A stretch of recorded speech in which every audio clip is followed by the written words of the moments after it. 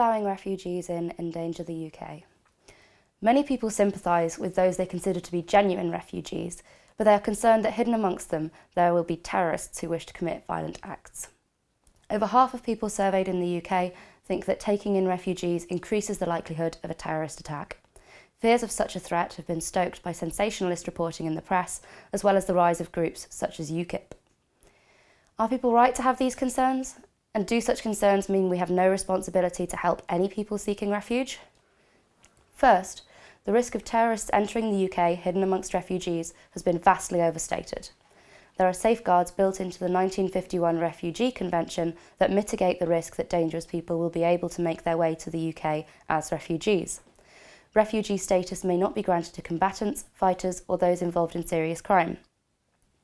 While some refugees might commit crimes, you are far, far more likely to be a victim of a crime committed by a British person than by someone who is a refugee.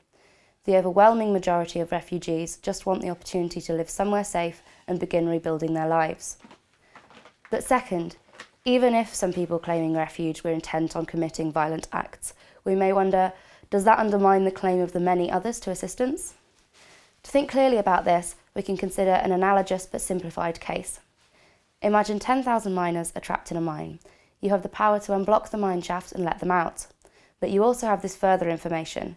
There is a risk that one of the miners will hurt someone when they escape the mine. You cannot identify who poses this risk, if anyone.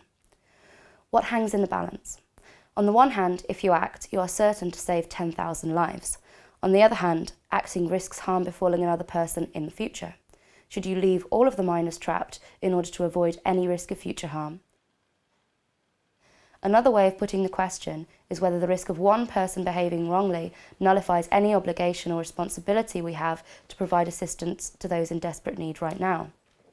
It is clear that we are obligated to help. The potential misdeeds of one should not condemn the many, as you would not want to be condemned for the potential acts of other members of your group. After all, the vast majority of the 10,000 miners have done no wrong and are likely to commit no future harm.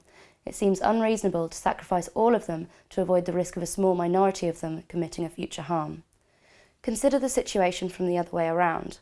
Imagine your hometown is under attack and your family can survive by travelling to another country.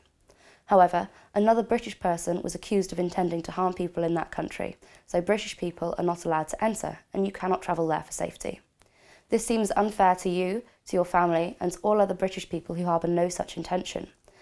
The case for helping others is especially strong where we know for sure we can help the many, but only know there is a risk of someone committing a wrong. We can be certain of our assistance making a huge, often life-saving difference to those seeking refuge. The small risk of danger does not nullify our obligations to provide such assistance.